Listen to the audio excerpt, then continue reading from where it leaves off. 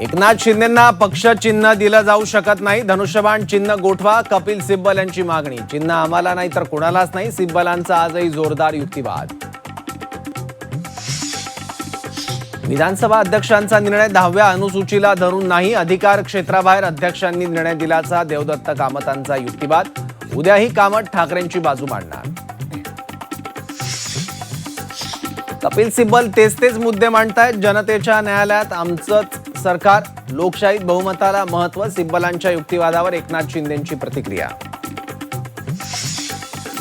उद्धव ठाकरेंची धाराशिवच्या पदाधिकाऱ्यांसोबत बैठक, जनतेच्या प्रश्नांना वाचा फोडा, ठाकरेंच्या सूचना। तर निंबाळकर आपलेच, त्यांच्यावर टीका करणार नाही, ठाकरेंची भूमिका। पात्र लाडक्या बहिणींची संख्या 1.65 कोटींवर, हजारो अपात्र बहिणींकडून बेकायदेशीरपणे पैशांचा लाभ। अपात्र महिलांकडून वसुली करण्याची यंत्रणा अद्याप ठप्प, आरटीआय मधून माहिती समोर। पालिका आयुक्त अश्विनी भिडेंचं नगरविकास खात्याला पत्र, एसआरएच्या 300 योजना संशयाच्या भोवऱ्यात, एसआरए कडून अधिकारांचा गैरवापर, पत्रात उल्लेख।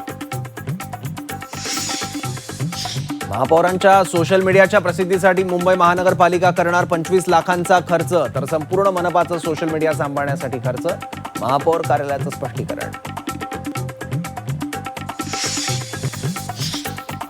29 ऑगस्ट पासून अंतर्वालीत आंदोलन करणार, दखल न घेतल्यास मुंबईत घुसणार, जरांगे पाटील यांचा इशारा। मराठ्यांचं वाटोळं करण्यासाठी प्लॅन सुरू असल्याचाही जरांगेंचा आरोप। जुन्नर तालुक्यातील पिंपळवंडीत चिमुकलीवर अत्याचार प्रकरणी आरोपीला अटक, नराधम साहिल खैरेला अटक, पुणे ग्रामीण पोलिसांची कारवाई।